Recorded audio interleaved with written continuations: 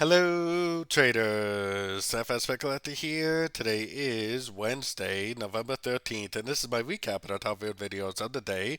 And the US dollar came in number one today, so we're going to do a quick recap on the 1 hour time frame.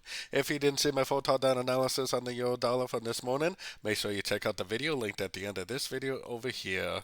But also, don't forget to check out my website, fxpipcollector.com, if you would like to get access to my swing trade setups, my daily members only live streams, and my 34 video trading course, all included for only $30 per month.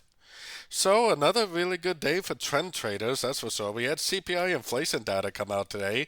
The news was pretty flat. Inflation did go up 0.2%, which is a very, very small raise, but it came out exactly as they forecasted.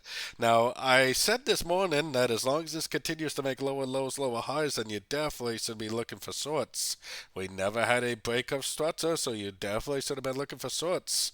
Now, there was actually two shorts today. First one was right here at the 50% Fibonacci level, 1, 2, 3 waves up, and that was definitely a nice little short. But the CPI entry, the bigger, better entry, was actually at the end of the whole move. So in hindsight, you can see that this is 5 waves up, 3 waves down, 5 waves up, 61 or 78% Fibonacci retracement bounce, and big engulfing move to the downside.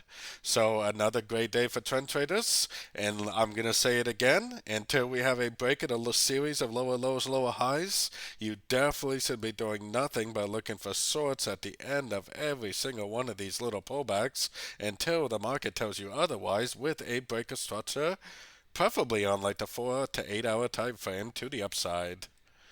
So don't forget to join my free Discord group, which is linked over here in the corner. And as always, thank you and happy trading.